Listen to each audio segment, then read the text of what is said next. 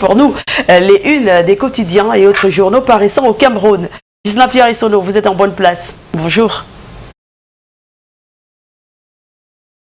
Voilà, bonjour Soflane, bonjour également à Thierry Carole. Évidemment, je vous accueille le cœur enflammé de joie, comme à l'accoutumée. Vous, mais également les millions de téléspectateurs de Canal 2 International, ceux du Cameroun et du monde entier qui sont tous chargés fort d'informations.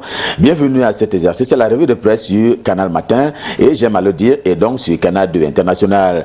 Déchirure, le mot est lâché par le quotidien Le Messager de Jean-François Chanon ce matin pour décrire un peu l'ambiance qui règne au sein du MRC, le mouvement pour la renaissance du Cameroun, notamment dans la région de l'Ouest du Cameroun, dont la capitale est Bafoussam. Des tensions nourries qui persistent à la base de cette formation politique dans cette région-là, depuis notamment le boycott des élections locales il y a 6 mois maintenant. Des militants qui avaient parié sur celle-ci à plusieurs niveaux, mais le directoire avait décidé du contraire. On en est à se demander à la base de quoi demain sera fait. Voilà donc un certain nombre de faits qui font remonter à la surface cette tension donc au niveau de la base du MRC dans la région de l'Ouest Cameroun. Et ainsi dit, le directoire est appelé à aller éteindre le feu dans cette circonscription électorale, dans ces viviers on ne peut plus important du mouvement pour la renaissance du Cameroun. Le quotidien Le Messager, en le disant, n'a pas oublié de rendre compte de cette lettre qui lui a été adressée par l'ancien SG de la présidence de la République, Marafa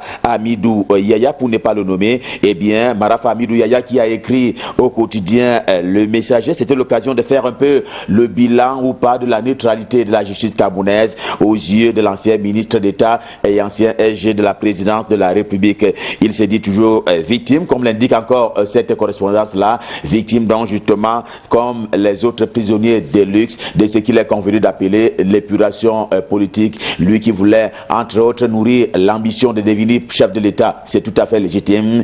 Il s'est dit aujourd'hui emprisonné, embastillé au même titre que les autres prisonniers de luxe parce qu'il y avait ces ambitions nourries que dont l'opération épervier n'a rien à voir avec le judiciaire. C'est une opération à tout le moins politique, affirme ainsi Marafa Amidou Yaya depuis qu'il est allé en prison, et il a redit au quotidien Le Messager au terme d'une lettre qui lui a été adressée, et justement le journal partage cette information ce matin. Le président de la République, selon le Populi qui est en kiosque ce matin, qui procède en ce moment à d'éventuelles consultations visant une éventuelle construction des remaniements ministériels, des personnes voilées. Vous le voyez en une principale et avec cette illustration des personnes voilées qui vont et ressortent du palais de l'unité et qui sont ainsi appelées à être renseignées ou alors à renseigner le chef de l'État sur un certain nombre de potentialités, et en retour c'est pourquoi ils pourraient être disponibles, question eux aussi de participer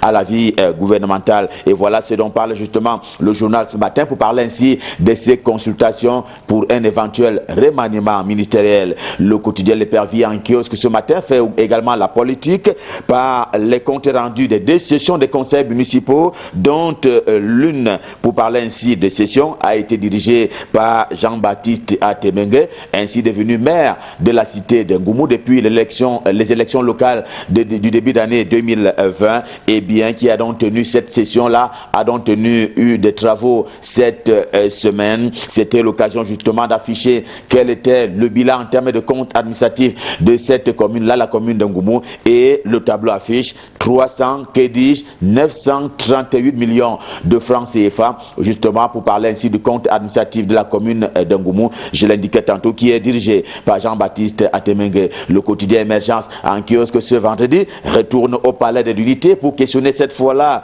comme chaque vendredi, une actualité, et ce jour, eh bien, c'est la forme physique du président Paul Biya qui intéresse le journal. Comment en effet le jeune homme de 87 ans peut-il jouir d'une telle solidité physique? C'est la question qui est formulée ce matin par le quotidien Émergence. C'est Dieu qui a donné, disaient certains experts rencontrés. C'est le fait des soins médicaux pour d'autres. C'est enfin l'hygiène de vie, affirme une 3e catégorie parmi les 12 experts qui ont été rencontrés par le quotidien Émergence, édition de ce vendredi. Mutation de gamme, Georges Alain Boyomo, pour sa part, salue l'action du BI, le bataillon d'intervention rapide, l'unité d'élite de l'armée camerounaise qui ne s'illustre pas seulement par la bravoure au niveau de la défense nationale et autres ambitions qui sont nourries au niveau sous-régional, eh bien, cela se fait aussi dans la responsabilité sociétale.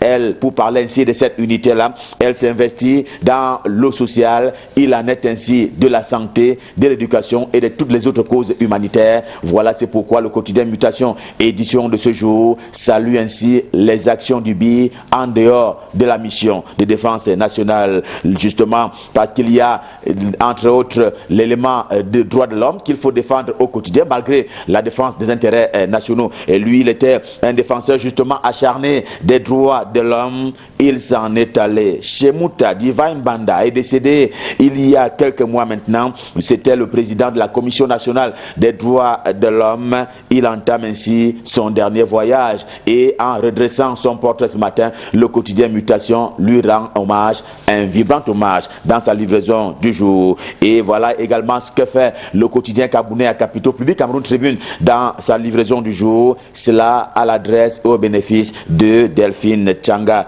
la première femme ministre en Afrique francophone qui est donc passée des vies à trépas. Hier, c'était à l'hôpital central de Yaoundé. Elle était jusqu'à sa mort membre du Conseil d'Elections Cameroun, conseil électoral, aux côtés de Madame Sadou, Nélé Dibawa, ou encore du professeur Titi Noël. Delphine Tchanga est décédée. Elle est décédée à 84 ans.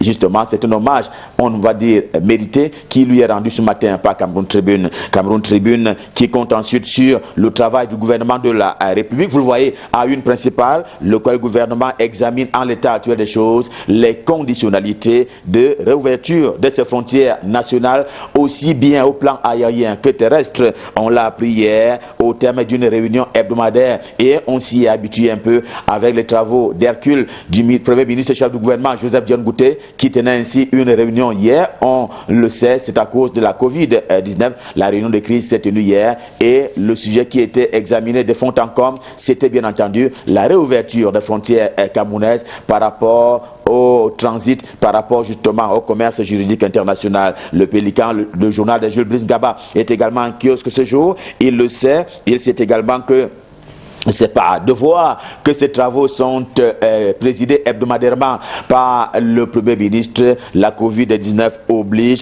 et justement la Covid-19 pour laquelle un centre d'isolement des malades a été inauguré hier. Il a donc été rendu opérationnel du côté de Douala, la capitale économique du Cameroun, par les bons soins du ministère de la Santé publique. Il est là, il est donc là, il a été inauguré, dit encore le quotidien, lui aussi en kiosque ce vendredi par Alim Ayatou, qui est précisément secrétaire d'État auprès du ministre en charge de la santé publique et il est en charge des pandémies. Voilà donc ce qui intéresse le quotidien, édition de ce jour. Cette actualité n'a pas non plus échappé au journal Réalité de Paul Ngouaré qui dit, mais il insiste ce matin sur la livraison des produits anti-Covid, j'ai dit bien produits anti-Covid, via une organisation camerounaise qui est d'ailleurs, rappelle encore le journal, en partenariat avec une partie chinoise. C'est ce qui est loué ce matin par le journal Réalité. Quant à repère de faire Richard Touna Ombe, il s'agit ce matin de faire sienne la situation sanitaire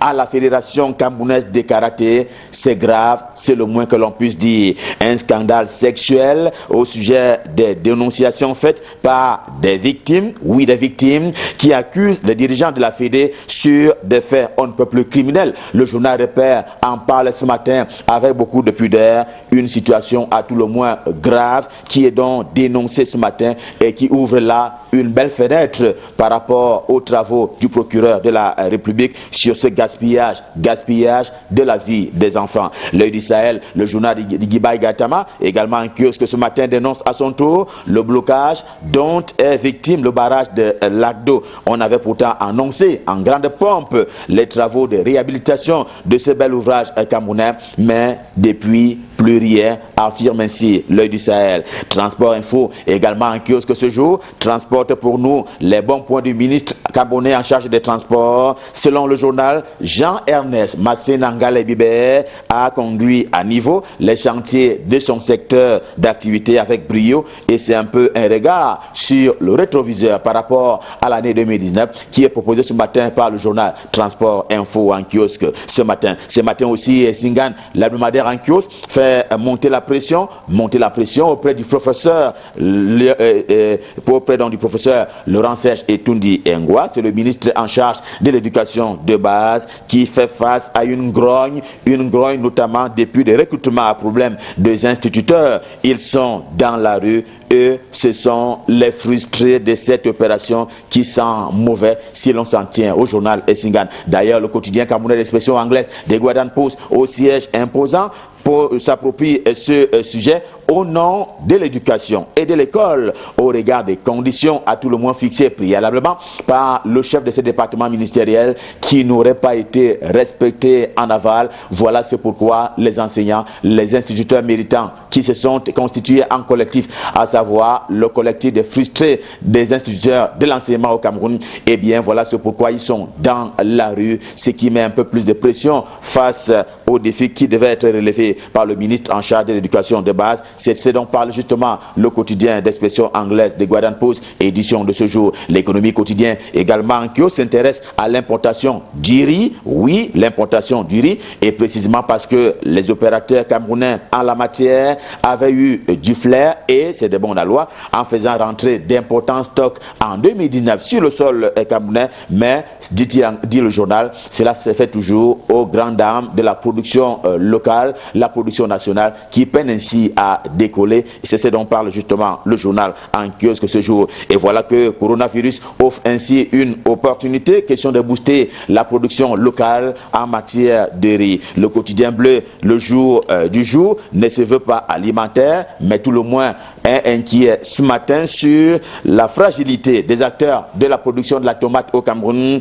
Le légume fait partie justement des fruits et autres éléments qui font pitié dans les rues de Yaoundé et autres villes camerounaises. Pitié parce qu'il est produit mais ne trouve pas preneur. C'est un peu le client et le transformateur qui manquent à l'appel. Voilà ce pourquoi la tomate fait pitié au Cameroun, faute justement de preneurs et justement faute de celui qui peut acheter, question de pouvoir transformer. Et on va terminer ce matin avec ce qui court dans la presse depuis lundi dernier. C'est à propos justement de l'arrestation des deux présumés assassins de Florence Ayafor. Vous le voyez ce matin en une du journal Le Décret, la policière justement qui avait été violée puis tuée par des malfrats. Ceux-ci ont été retrouvés grâce justement à la lucidité et à la détermination des forces de sécurité en termes de renseignement et aussi en termes d'arrestation des présumés malfrats. Revue de presse Made in Cameroun, édition de ce vendredi. C'était le dernier rendez-vous de la semaine. On prend le prochain quand il sera lundi prochain 7h. D'ici à là, comme à l'accoutumée, je vous souhaite de passer d'excellents moments, toujours en compagnie des programmes de Canal 2 International. Et l'un de ces programmes phares, c'est bien entendu celui qui vous berce en ce moment, à savoir Canal Matin, et qui est copiloté par Soflan et Thierry Carole, qui sont du côté de Douala. Et tout de suite, je m'en vais leur repasser le pouvoir pour la suite et la fin de l'émission. C'est à vous Soflan, c'est à vous Thierry Carole, c'est à vous Douala. Ghislain Pierre et Sono, passez une excellente journée et un bon week-end, monsieur. On aura beaucoup de plaisir à vous retrouver lundi lorsqu'il sera 7h. Notons hors de nos frontières, notons que pour la 4e fois en 18 mois, eh bien, le président gabonais Ali Bongo a effectué des changements dans son gouvernement en nommant Rose Christiane Osuka Raponda Premier ministre. On va relever que c'est la toute première fois qu'une femme est nommée à ce poste dans ce pays. Rose Christiane Raponda était jusque-là ministre d'État en charge de la défense. C'est chaud? Ouais. Ah, ça fait du bien de voir, enfin moi je me sens bien confortable de voir des femmes gravir des échelons comme ça. Ouais, ça vole haut là. Hein. Bah oui, ça vole super. Vous aimez ça. Ça vole super haut. Ça arrivera un jour peut-être au Cameroun. Bon. De toute façon, il y a quelle heure? 7 à passer les 16 minutes. Et à cet instant, mon soleil, la fait le politique. Je sais pas tout ça. Oh non, mais c'est pas la politique, on donne une information. Non, l'information, vous la donnez bonne. Il faut faire la démarcation entre une information et voilà. On a donné une information, on peut avoir des éléments de comparaison. Il n'y a pas de souci à cela. Voilà. On va passer à la page pub parce que je vous vois trembler. Non, je ne tremble pas, mais c'est juste qu'aujourd'hui, c'est un jour quand même extraordinaire. Le vendredi comme ça, tout est permis. Alors, on peut également se permettre de souhaiter un joyeux anniversaire à Gabi Maëla Ouassi, la jeune Gabi Maëla Ouassi qui a 1 an de plus ce matin. Elle est du côté de Yaoundé. Bon anniversaire Gabi. Également, un joyeux anniversaire à DJ Serge Abo. Sans oublier Madame Simon Épouse Foucault. Madame Simon Épouse Foucault qui aura 1 an de plus demain. Malgré les difficultés de la vie, Madame Foucault, il faut garder la tête haute. Il y a des moments comme ça, il y a des jours avec, il y a des jours sans. Voilà, nous sommes quand le 17, non? Oui, le 17. En ce 17 juillet, Numbisi, voilà. Elle est à Yaoundé, Fala Numbisi a 1 an de plus ce matin. De même que Armand Vogo, vous êtes aussi à Yaoundé, Armand Vogo, joyeux anniversaire à vous. Du côté de Yaoundé, il y a une architecte qui nous regarde très religieusement, c'est Sylvie Akam, voilà. Qui est architecte et qui a aussi 1 an de plus ce matin. Joyeux anniversaire à vous. Le gâteau en forme de quoi, de maison? Azur. On va chercher